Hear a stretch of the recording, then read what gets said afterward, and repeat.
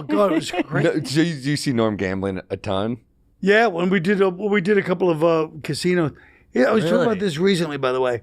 Norm, here's what a real troll is. He literally was DMing me because we just do these casino gigs. He did a bunch of them. Hey, this is a month before he died. Hey, let's book some more of these casino shows. What do you think? I go, oh yeah, I didn't know he was dying. Yeah. I go, yeah, great. He goes, great. Call your agent. Let's do some in the fall. It'll be great or whatever he was saying. I go, yeah, great. And he just starts talking to me and like DM back and forth about doing gigs. Yeah. He knew he was going to be dead in a month. Whoa. Do you think that he thought that was like funny, or do you want to connect to comic? Like, I feel like he's such a comic. He's such a comic till the end. Like, do you think that there's something about it that he thought, like, why do you think he did that?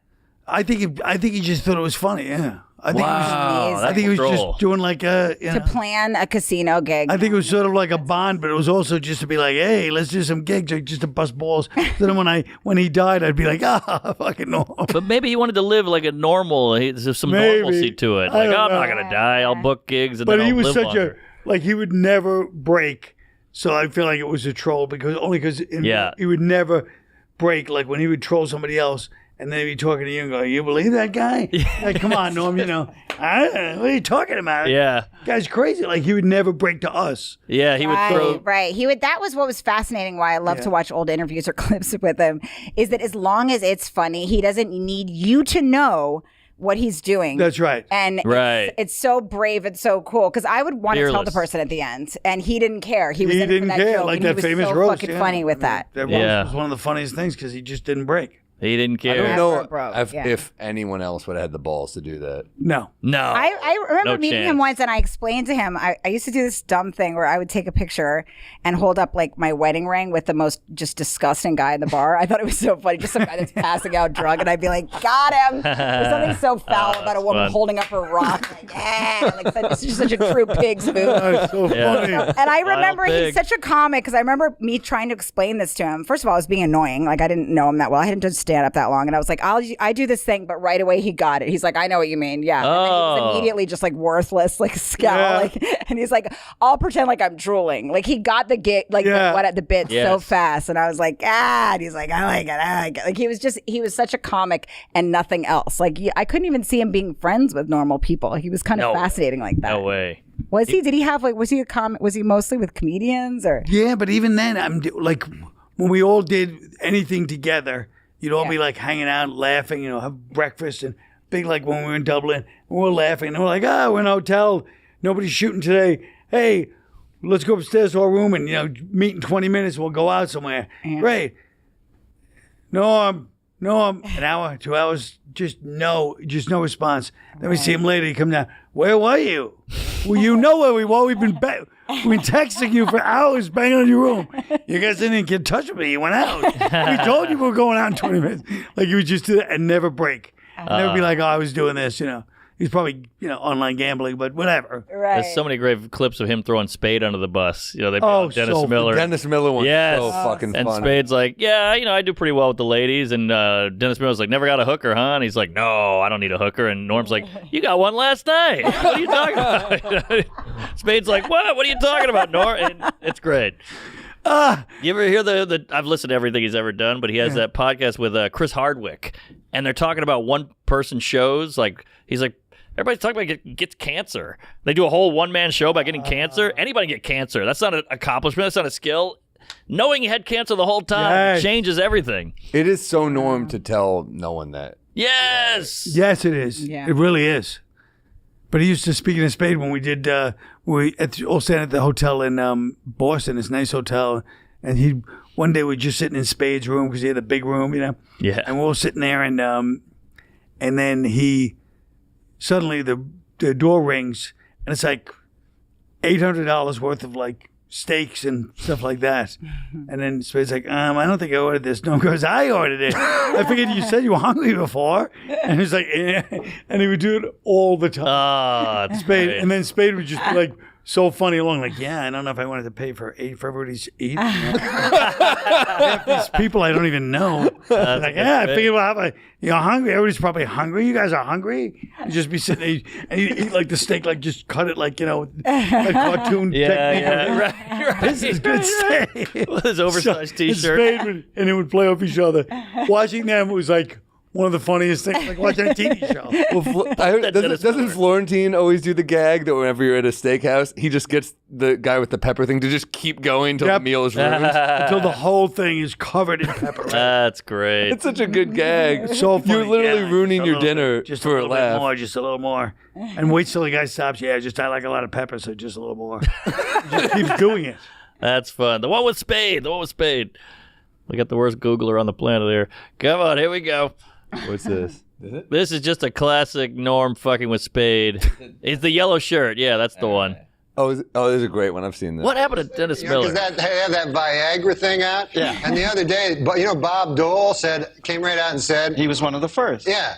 And you don't want to hear about Bob Dole's cock, I mean, President Clinton's cock, Bob Dole's cock, what the hell? But mostly, an old man like that, you don't want him to have a super hard cock. You know what I mean? Why? Why? Because an old man, you want him to be got a pipe going, a newspaper, the dog at his feet there. Well, that in some corners is considered pipe. Oh. But now they're going to have to create some goddamn pill that makes women aroused at the sight of a fucking 70-year-old dude with a super hard cock. You know what I'm saying? Skip ahead, maybe. Zach, this guy has fevered nightmares all night. Dreams, I mean, like sweaty, fevered dreams from the cock talk that's been all over his head. Cock. Why bury me twice? He's killing me. No, he's a good man. That was the same. All right, well, it's buried in there. It's on there. It's amazing. I know what you're talking about. He just keeps shitting on him. Yeah. Every line's like his dick's not. The type of stuff you do with your friends, but it's just killer jokes. Well, it's like you used to do to put Andy Richter on Conan. You ever see all those? Oh, yeah. It was like, they have these Swedish Andy Richter jokes. You won't even look at Andy. He's talking to Conan. Yes. This is a given. Yeah, he's like, he spent $4,800 on whores in nickels or whatever. I can't remember the joke, but he was the king, and he lived with his mom till the end in a one-bedroom apartment. Wait, what? Yeah. I didn't know that. Oh, you never seen that documentary about Norm where he's sitting on a shitty couch in L.A. in like a shitty studio condo apartment, and his mom brings him a sandwich, and he's just sports gambling on a card table on a laptop. His mom came to a few of those gigs. Really? She was the greatest. She seemed very nice. Was she funny? She was funny, and you could tell she was like Norm's mom. She had a little martini, and she's probably 80 or something, but she looked great, like elegant and just witty. Oh, she was great. Love it. And I feel like now, at the time, I was like, it's kind of weird she's coming. She probably knew he was dying. Yeah, of course. And then, so that's why she was coming to the gig. I remember you told me. Did he have kids, Norm? Sorry. One one son. son, Dylan. Yeah. I remember you told me a long time ago when he started in Montreal that Leonard Cohen used to go to Norm's shows, and Norm didn't give a shit. No, just even more. He was Leonard Cohen came to my because I was playing a Leonard Cohen album or something at SNL. He goes, Leonard Cohen, that guy used to live in Montreal. I go, yeah. But when I started comedy, I wasn't even that good. He'd come to all my shows, sit in the back, and watch my shows all the time. I go, that's amazing, He goes, why? I hated his music. He gave me one of his records. It sucked. It's terrible. He's like, whoa. He starts imitating. Like you could tell he heard of him. I hated Leonard Cohen. It's amazing that you have this musical genius at your shows and you're annoyed. Yeah. He hated him. Crazy. Because he liked him. Yeah, it's like. Well, he just didn't like. What kind of music did Norm listen to? Well, he listened to country music, but one time I tried to turn him onto country, like outlaw country, those Like Merle Cash, Haggard. more- Steve Earle, and those kind of guys. John Prine. And then John Prine. Yeah. And then he's like, I hate this. He put on like whoever was Travis Tritt. Somebody from the 90s was like, just like high hair country. He goes, I like this. It's more. But he loved Hank Williams, of course. Yeah. No one was like the Hank Williams of comedy. Right. He had one guy on his show, some country singer he was obsessed with. Johnny, Paycheck? Johnny Paycheck. No. Oh. That was a singer, country singer. Oh, really? Take this job and shove it. That was him? Yeah. That was a big tune. Office Space. Billy Joe Schaefer, that's it. Oh, Billy Joe Schaefer. Yeah, he's kind of an outlaw country guy. Totally. Right. Oh, look, Adam Egan's got the cowboy. Adam Egan's literally texted me yesterday because I didn't know that Norm loved noir so much, but Adam and I always like send each other movies and shit. Yeah. But he apparently was like, we're obsessed with Orson Welles clips. He was apparently obsessed with this shit too. Oh, that's great. Well, that goddamn Adam Egan. When we did a memorial for Norm, and everybody gets up and tells Norm stories when in L.A. And Adam Egan last year, and Adam Egan got up and killed. Really? He was the best. He was funnier than everybody. He's a funny guy. And he was just talking about, he started by going, Norm Macdonald, I loved him so much. He's not a comedian. And he goes, even though if you Google me, it says, first thing comes up is Adam Egan, Holocaust denier. Wait, why does this? Norm started that. Norm would just do this whole show. Adam Egan. Oh, right. And he'd be like, he'd have like some like Mel Brooks or somebody who doesn't even understand what's going on. He goes, oh, yeah. At least I believe the Holocaust existed. Some That is people fucking amazing. And then he'd be like, "What?" He doesn't believe it. He goes, anyway, and change the subject. And you can see like Carl Reiner just fuming mad. Rumor to And Adam would just be like, "Well, actually, I don't believe." Carl Reiner. They went to Norm's funeral? Who did? No. Oh. I'm saying on the show is explaining why he's known as. Oh, okay. He's known as Colin because he would just call him that and then just continue the conversation. Right. The guests would be like, "What?" so funny. He really zinged him hard on that Call show. somebody to get that rumor started about somebody is hilarious. It was so funny. Ludicrous. Especially these older guys who were like, "This guy's a Holocaust." They were like, And I'm going to be trying to say, "I'm It's half so Jewish." horrible. Yeah. It's so horrible. That's It great. was so funny. The best troll.